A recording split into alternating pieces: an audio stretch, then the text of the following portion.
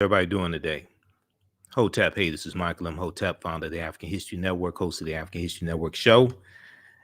It is Sunday, December 12th, 2021, and we are live. I'm just coming on here for a few minutes to talk about this online course that I teach on Sundays, Ancient Kemet, the Moors, and the Ma'afa, Understanding the Transatlantic Slave Trade, what they didn't teach you in school. So I'm a talk show host, researcher, lecturer, writer, and historian. So I teach a 10-week online course on Sundays. Normally it's 12 noon to 2 p.m. Eastern Standard Time, but today we're going to get started right after I finish this broadcast. I just want to give you a brief overview of some of the things that we deal with in this 10-week online course, okay? And I'm going to post the information here. You can register for the course. Now we do thousands of years of history, and we deal with what leads up to the transatlantic slave trade taking place, okay? And we have a special bonus where you can register for the 2 online courses that I teach for only $70. They're regularly $130 each. And even after the course is over with, you can still go back and watch the entire class. Okay, so we'll give you some more information on that. But here's some of the things that we deal with in the online course. And everybody share this broadcast on your social media platforms. Invite your friends to tune in as well. We go through history chronologically. We deal with thousands of years of history. We deal with ancient Kemet, ancient Egypt, the Nile Valley region of Africa, Ghana, Songhai, Mali, the 800-year occupation of Europe by the Africans known as the Moors. But we deal with what was the transatlantic slave trade, what were some of the events that lead up to the transatlantic slave trade starting. And you really have to deal with the 800-year occupation of Europe by the Africans known as the Moors, and what the Moors take into Europe, the teachings the Moors take into Europe from the Nile Valley region of Africa, the science, the mathematics, the chemistry, different things like this.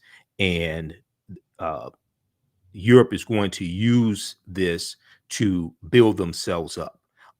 Europe is going to go out and conquer other people's land, conquer other people's territories, conquer non-European people, especially whether we deal with Christopher Columbus, whether we deal with Juan Ponce de Leon. So you go through and you look at this chronology of history, and we see how the transatlantic slave trade takes place.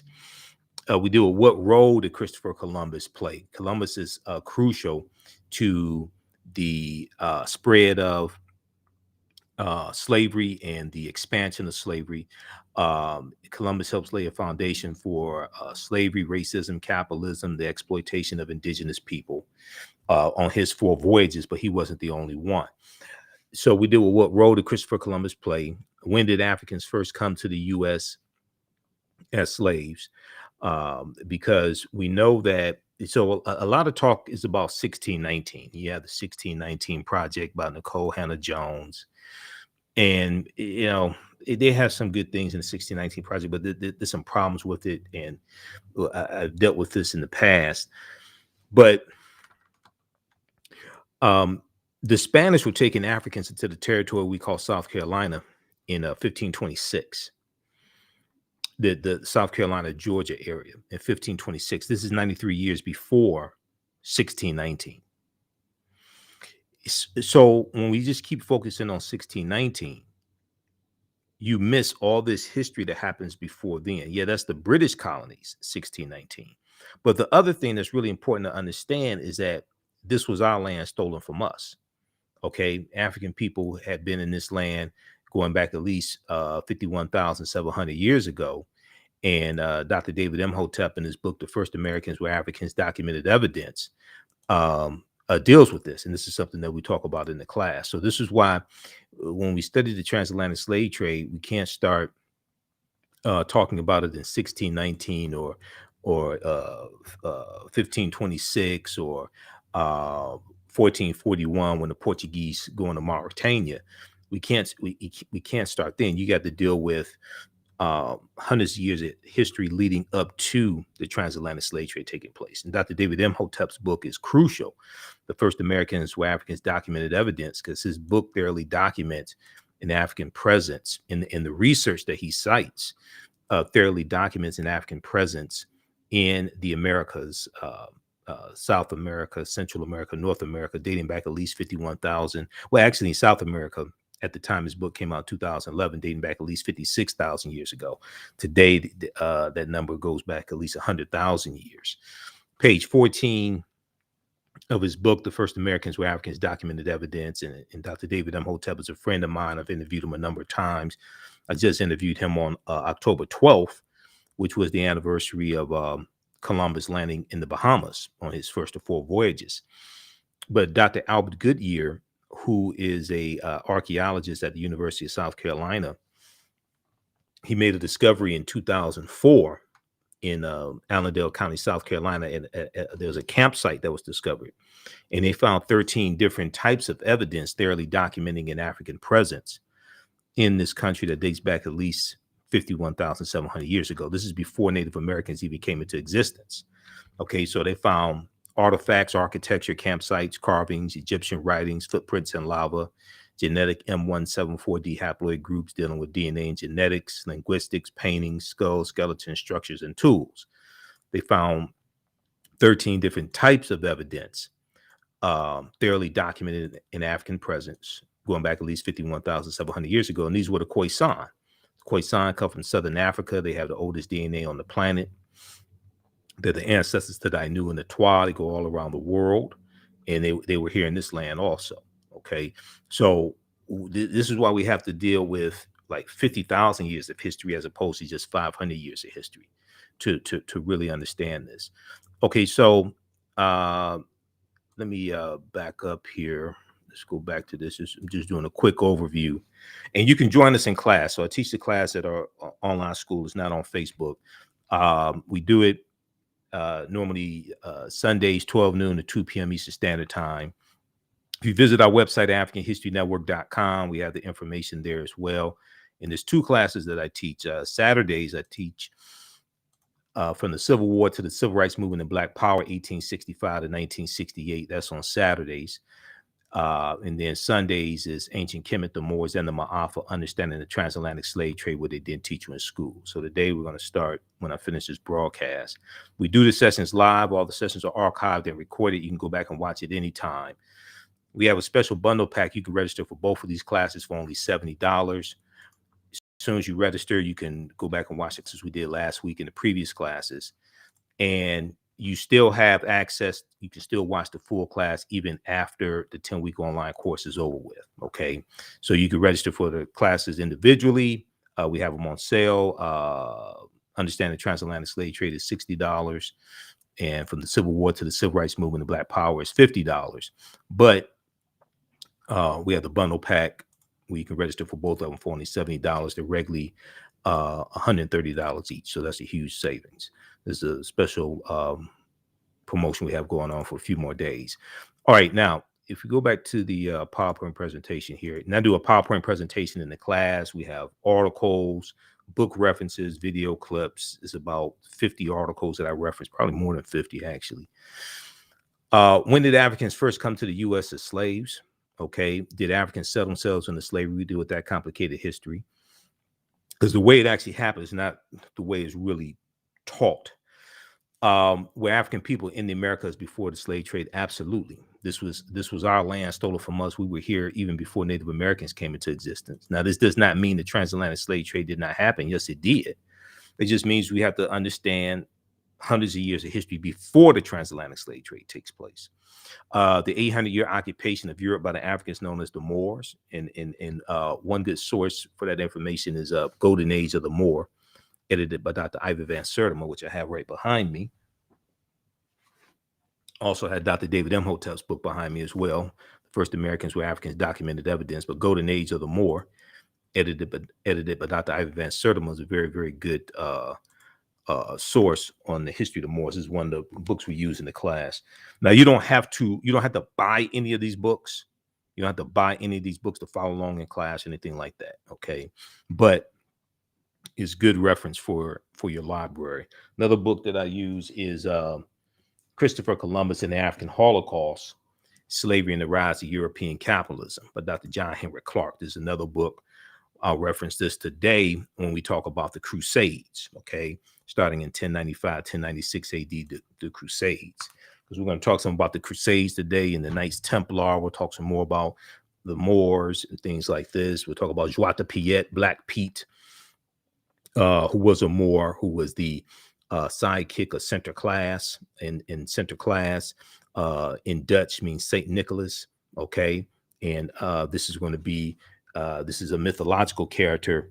Well, this is a religious character, and the mythological character, the secular mythological character of Santa Claus, is going to come from Sinterklaas. Okay, and Sinterklaas is going to also call Father Christmas is going to be introduced in the U.S. by the Dutch. We talk about shocking archaeological discoveries that are causing experts to rethink everything. How the role insurance companies played. Insurance companies that took out policies on slave ships and enslaved Africans on plantations. And we know that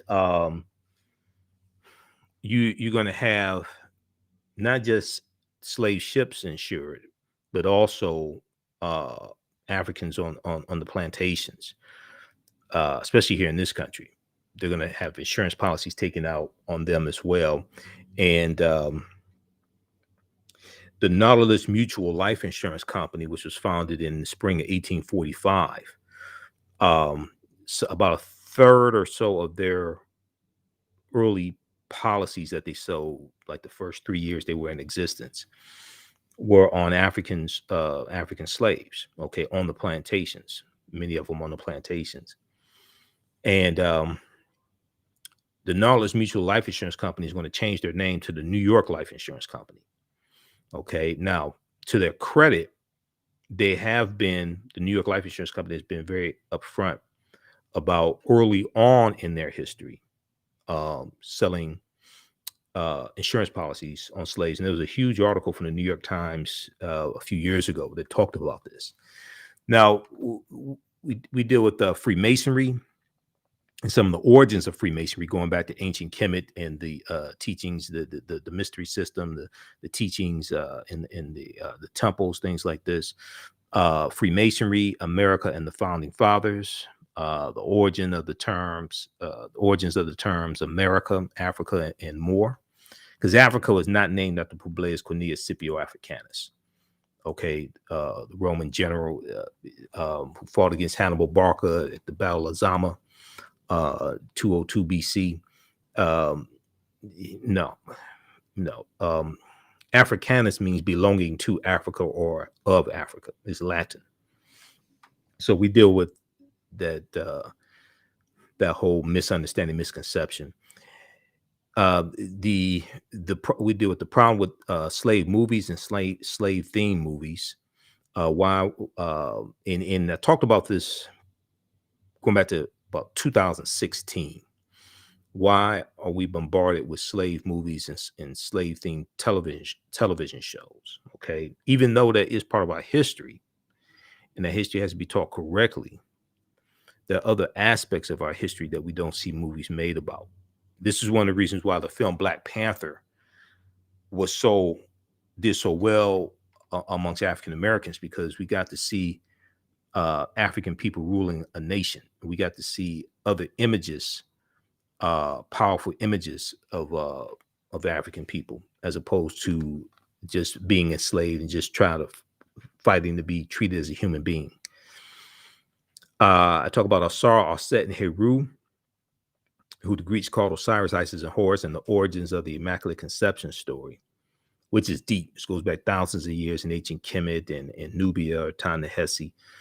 The link to ancient Kemet, Egypt, and early Christianity. We also talk some about why Christmas is celebrated on December 25th, which ties into the winter solstice, deals with astronomy, and some of the other crucified saviors, and why their birth dates were celebrated on or around December 25th, which deals with the winter solstice once again. We talk about the fake Willie Lynch letter 1712, because Willie Lynch never historically existed. The letter's been proven to be a fraud. The African influence in the film Black Panther, There were 11 different African cultures that were infused into the film Black Panther, and we deal with how Black Panther deals with African history, culture, language, spiritual systems, all of this. It's a deep, deep movie on multiple levels. I did a lot of research to be able to do lectures on the film Black Panther. I did about 3 months of research, read over 100 articles on the film and the comic book. I read 2 books dealing with the film and the history of the comic book Black Panther. So it's a deep, deep movie. Okay, now, so we deal with those,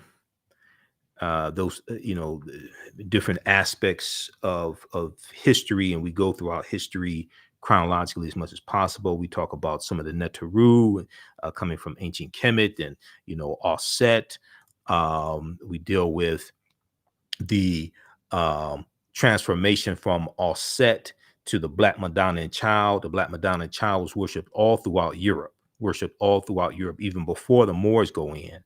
And then the decolorized version of the white Mary and Jesus. And as we see a rise in European powers coming out, especially going into the Renaissance era, coming out of the 14th hundreds and going into the 1500s, you see a rise in the dominance of the European phenotype, as well as we see a rise in European powers, and we see them the Moors losing control in Europe, especially in Spain, and then they lose control of the last stronghold, Granada, January 2nd, 1492. It's not by accident that Columbus set sail on his first of 4 voyages, August 3rd, 1492. So we talk about Ma'at, who's the personification of truth, justice, righteousness, balance, harmony, order, and reciprocity. We deal with some of Dr. David Imhotep's work as well. I'll show you an interview that he did also a few years ago. We deal with archaeological discoveries that are causing researchers to rethink everything. This one right here was an article from the New York Times back February 15th, 2010 on Crete, new evidence of very ancient mariners. And this discovery talks about stone tools found on the Greek island of Crete that dates back 130,000 years ago, these stone tools. But Crete has been an island for more than 5 million years, which basically means that the humans had to have sailed there. Okay. And the deeper they dig, the blacker the planet gets, the more research they do, the older we get. So they keep having to push these timelines back as more research comes out. So we look at a number of different archaeological discoveries that have come out in the past few years. This is another one we look at the sunken Egyptian city of Tanis Heraklion, which was built around 8th century BC. Okay, the remains of Tanis Heraklion were revealed in April of 2013. They found 16-foot tall statues, 700 anchors, 64 ships, okay, buried at the bottom of the sea. This is Tanis Heraklion, the lost city of Egypt. Okay, we talk about Freemasonry as well, and the Tekken. And one of the books we use is Egypt on the Potomac by Tony Browder, which deals with how the layout of Washington, D.C. is a copy of the layout of ancient Kemet, ancient Egypt. The Washington Monument is a African symbol called a Tekken. Okay, the Greeks call it an obelisk. We know that many other founding fathers, 50 of the 56 signers of the Declaration of Independence, were Freemasons. 13 of the 39 signers of the U.S. Constitution were Freemasons. So there were the Tekken is a symbol of resurrection coming from the mythology of Asar, Aset, and Heru, who the Greeks called Osiris, Isis, and Horus. And there are about 1,200 Tekkenu all throughout ancient Kemet. Today, there are somewhere between 7 to 12 of them. But the word Mason is derived from the Latin words mass and sun. Mason means child of light and expresses the desire to pursue light, which is a metaphor for the sun, which symbolizes knowledge. The term child of light or sons and daughters of light was first used to identify students who had completed 42 years of study in the temples of ancient Kemet. Many Masonic temples were modeled after the temples of ancient Kemet, places where light or knowledge was imparted in a series of steps or degrees.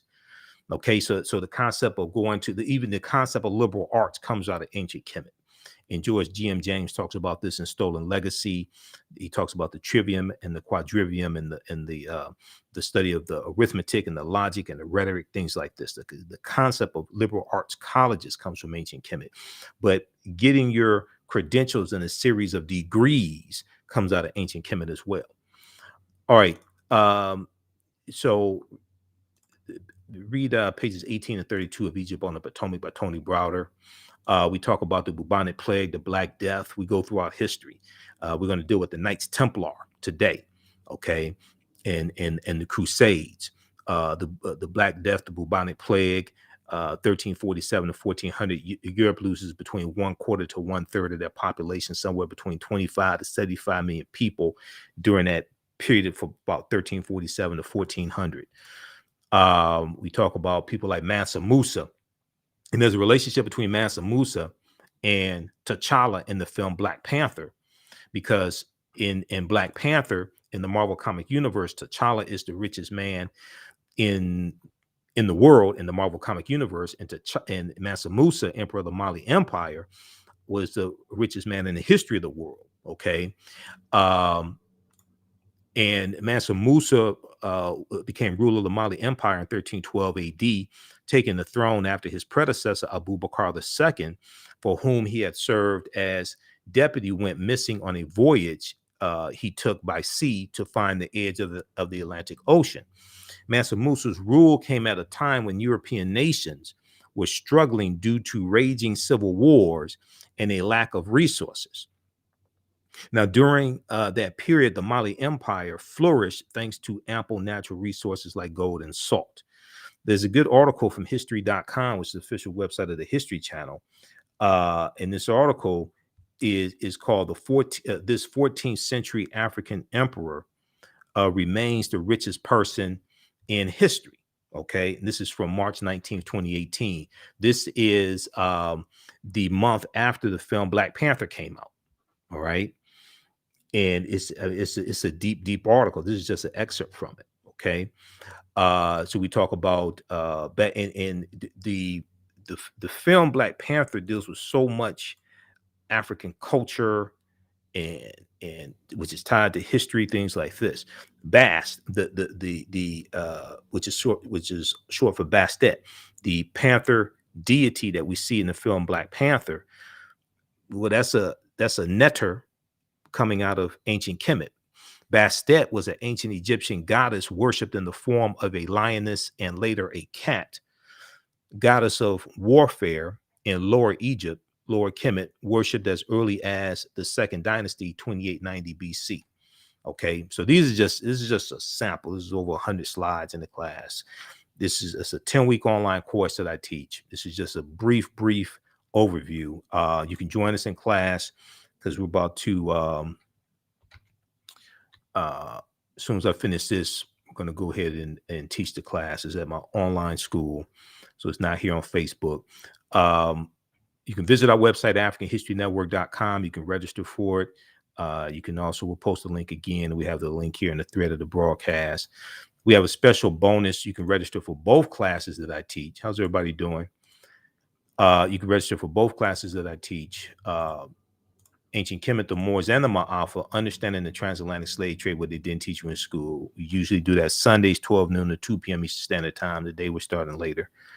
It's been a busy week, and I'm tired. I'm preparing for my show, my radio show tonight, 9 p.m. I do radio. I'm on 6 days a week, on the air 6 days a week, but my radio show is on Sundays, 9 p.m. to 11 p.m., Monday through Friday, 11 p.m. to midnight. The other class I teach is on Saturdays, because we taught this one yesterday. From the Civil War to the Civil Rights Movement and Black Power, 1865 to 1968. So these classes are roughly 10 weeks. Sometimes they go a little longer than 10 weeks. We do the sessions live. All the sessions are archived and recorded. You can go back and watch them anytime. So next year, a year from now, you can go back and watch the entire class. Okay, you don't have to pay again to watch it. You can go back to watch the entire class. It'll be archived there. We have a special bundle pack going on for a little while longer. You can register for both classes for only $70. Regularly $130, regularly $130 each. So that's a $260 value for only $70. Okay. All right. So hopefully you like this type of information. Follow us here on our Facebook fan page, The African History Network, The African History Network, and our YouTube channel, Michael Imhotep. Turn on live notifications so you know when we go live as well. And you can register for the class, and we'll see you in class. And then watch my show Monday through Friday, 11 p.m. to midnight Eastern Standard Time, and Sundays, 9 p.m. to 11 p.m. Eastern Standard Time, the African History Network show. We have information at our website about that, AfricanHistoryNetwork.com, AfricanHistoryNetwork.com, and the shows are audio podcasted as well. Just click on listen to podcasts or download the iHeartRadio app or wherever you get your podcast from. Search for the African History Network show. All right, I have to get out of here. Remember, at the African History Network, we focus on educating, empowering, and inspiring people of African descent throughout the diaspora and around the world, because right now it's corrects wrong behavior. It's not over till we win. Wakanda forever. We'll talk to you next time.